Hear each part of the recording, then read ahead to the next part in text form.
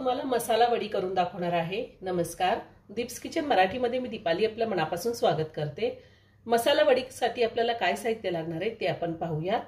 मसाला वडीसाठी वरचं आवरण तयार करण्यासाठी मी इथे 1 वाटी गव्हाचं पीठ, अर्धी वाटी बेसन पीठ, 2 चमचे तांदळाचं पीठ घेतले, पाव चमचा हळद, अर्धा चमचा काळं तिखट, अर्धा चमचा गरम मसाला, अर्धा चमचा धने पावडर, अर्धा चमचा जिरे पावडर, जिरे भाजून त्याची पावडर तयार केलेली आहे, 2 चमचा तीळ घेतले, अर्धा चमचा हिरवी मिरची लसणाचा ठेचा घेतलाय, पाव चमचा ओवा, 1 चमचाभर बारीक चिरलेली कोथिंबीर घेतली, चवीनुसार मीठ आणि 2 पोहे खायचे चमचे मी तेल घेतले। आता आपण हे पीठ भिजवून घेऊया आणि त्यानंतर मी तुम्हाला सारणासाठी काय साहित्य लागतं ते दाखवेल। मी इथे एक बाउल घेतलाय, त्यामध्ये गव्हाचं पीठ घेतेय,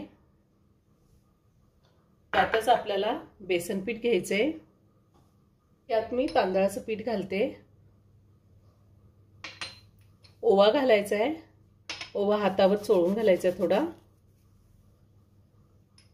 हिरवी मिरची लसणाचा ठेचा, काळं तिखट, गरम मसाला, जिरे पावडर, धने पावडर, हळद, बारीक चिरलेली कोथिंबीर, चवीनुसार आपल्याला मीठ लागणार आहे, तीळ आणि तेल। हे सगळं मी आधी हाताने व्यवस्थित मिक्स करून घेते आणि त्यानंतर आपण थोडं थोडं पाणी घालून चपातीला जसं पीठ भिजवतो अगदी तसंच पीठ भिजवून घ्यायचंय।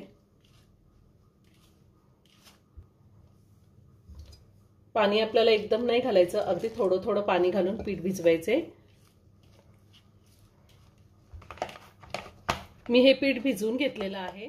आता मसाला वडीच्या सारणासाठी आपल्याला काय साहित्य लागतं ते आपण पाहूया। मी इथे 1 वाटी वाळलेलं खोबरं किसून घेतलेलं आहे आणि त्यानंतर ते कोरडंच भाजून घेतलंय, अर्धी वाटी तीळ घेतलेत आणि तीळही मी भाजून घेतलेले आहे, पाव चमचा हळद, अर्धा चमचा बेडगी मिरची पावडर ही कलरसाठी घेतलेली, 1.5 चमचा धने पावडर, चवीनुसार मीठ लागणार आहे, 1 चमचा मी गूळ पावडर घेतलेली आहे, तुमच्याकडे जर गूळ असेल गूळ किसून घेतला तरी चालेल किंवा एखादा चमचा साखर घेतली तरीही चालेल, थोडी कोथिंबीर बारीक चिरून घेतली, अर्धा लिंबाचा रस लागणार आहे आणि 1 चमचा मी हिरवी मिरची लसणाचा ठेचा घेतलाय।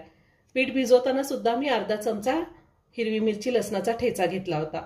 साधारण मी 16 ते 17 लसणाच्या पाकळ्या घेतल्या आणि 4 हिरव्या मिरच्या घेऊन मिक्सरला थोडंसं जाडसर फिरवून घेतलेलं आहे। आता आपल्याला हे सगळं एकत्र करून घ्यायचंय, सगळं आपल्याला एकत्र करून घ्यायचंय, सारण तयार करायचंय। हे खोबरं आपल्याला हाताने थोडंसं असं कुस्करून घ्यायचंय म्हणजे बारीक होतं। कोथिंबीर, तीळ आणि हा ठेचा, त्यातच आपल्याला बेडगी मिरची पावडर घालायची, ही कलरसाठी घेतलेली आहे, हळद, धने पावडर, तुमच्याकडे जिरे पावडर असेल वापरली तरी चालेल, मी पीठ भिजवताना जिरे पावडर वापरलेली आहे म्हणून मी आता घातली नाही, आणि ह्या अर्धा लिंबाचा रस घालायचा आहे।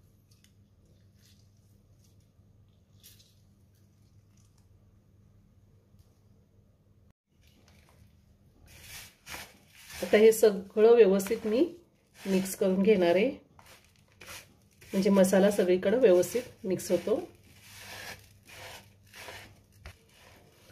मी गूळ आणि लिंबाचा वापर केलेला आहे, तुम्हाला जर आवडत नसेल नाही घातलं तरीही चालेल। तर आपलं हे सारण तयार करून झालेलं आहे। आता आपण पोळी लाटून घेऊया। पीठ चांगलं भिजलेलं आहे। आता ह्या पिठाच्या आपण पोळ्या करून घ्यायच्यात, जशा आपण चपात्या लाटतो अगदी तशाच लाटून घ्यायच्या। गव्हाच्या कोरड्या पिठामध्ये हे पीठ मी घोळवून घेतलंय आणि आता आपण ह्याची चपातीसारखी एक पोळी लाटून घ्यायची आहे। मी ह्या आधी सुद्धा खूप सारे veg non veg recipe upload केलेल्या आहेत, त्याची लिंक मी डिस्क्रिप्शन बॉक्समध्ये दिली आहे, तुम्ही पाहू शकता। आणि अजूनही तुम्ही माझं चॅनल सबस्क्राइब केलं नसेल तर नक्की सबस्क्राइब करा आणि शेजारील बेल आयकॉन क्लिक करा, म्हणजे मी ज्या रेसिपी अपलोड करते त्याचं नोटिफिकेशन तुम्हाला मिळेल आणि तुम्ही माझ्या रेसिपी बघू शकाल। मी पोळी लाटून घेतलेली, आता वरतून थोडेसे तीळ टाकते, म्हणजे चवही चांगली येते आणि छान दिसतात। पुन्हा एकदा लाटणं फिरवून घ्यायचंय आणि आता ही पोळी मी पलटून घेते।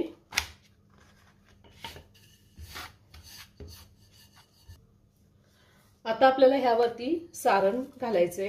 हे जे आपण सारण तयार करून घेतलेले ते घालायचे, सगळीकडे पसरून घ्यायचे। सारण मी सगळीकडे व्यवस्थित पसरून घेतले, आपल्याला किनारीला सारण भरायचं नाहीये। आता हे सारण थोडंसं हाताने दाबून घ्यायचे आणि लाटणं फिरवायचे, म्हणजे ते व्यवस्थित चिकटलं जातं।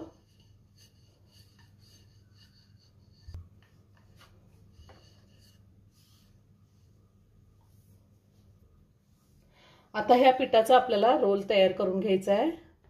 असा घट्ट प्रेस करायचा आहे आणि रोल तयार करून घ्यायचा आहे। हे पहा, ह्या पद्धतीने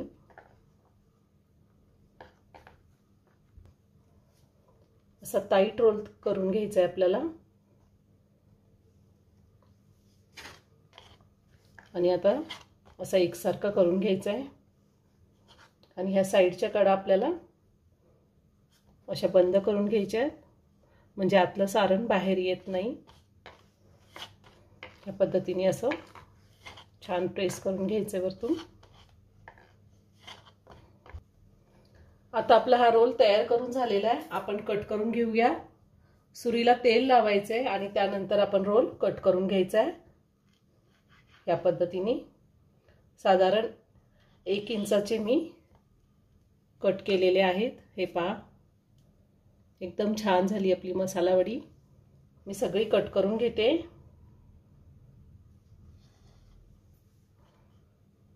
हे पहा,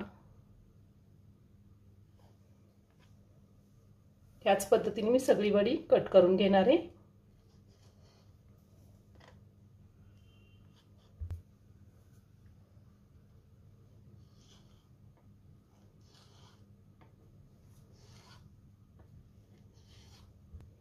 आपली वडी कट करून झालेली आहे। मी चाळणीला तेल लावून घेतले आणि त्यामध्ये आता ही वडी वाफवून घ्यायची आहे।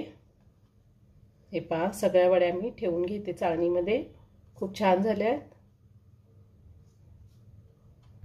मी सगळ्या वड्या तयार करून घेतल्यात आणि चाळणीवर ठेवल्यात। आता आपण ह्या वड्या वाफवून घेऊयात।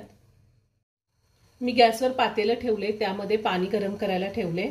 आता ही चाळणी आपल्याला पातेल्यावरती ठेवायची आहे आणि झाकण ठेवून साधारण 10 मिनिटं मी ह्या वड्या वाफवून घेणार आहे। 10 मिनिटं झालेली आहे। आता मी गॅस बंद करते। आपल्या वड्या तयार करून झाल्यात, छान वाफवल्या गेल्यात। ह्या वड्या मी थंड होऊन देणार आहे, हाताला चिटकत नाही, म्हणजे एकदम व्यवस्थित वाफवल्या गेल्यात। आता वडी थंड करून घेते। आपली मसाला वडी थंड झालेली आहे। आता आपण ती फ्राय करून घेऊया। ह्या वड्या तुम्ही अशाच फ्रीजमध्ये 4 दिवस ठेवू शकता, जशी लागेल तशी तळून घेतली तरी चालेल। मी गॅसवरती पॅन ठेवलाय, त्यामध्ये तेल घालते। साधारण 4 ते 5 चमचे मी तेल घातले। तेल तापलंय, आता आपण ह्या वड्या तेलावरती शालो फ्राय करून घेऊया।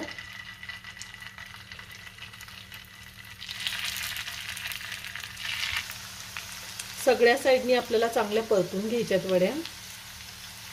हे पहा, असं पलटून पलटून सगळीकडून व्यवस्थित आपल्याला शालो फ्राय करून घ्यायचे आहेत। तुम्ही डीप फ्राय सुद्धा करू शकता। वड्या आपल्याला शालो फ्राय करताना गॅसची फ्लेम मीडियमवर ठेवायची आणि सगळीकडे व्यवस्थित फ्राय करून घ्यायचे आहेत।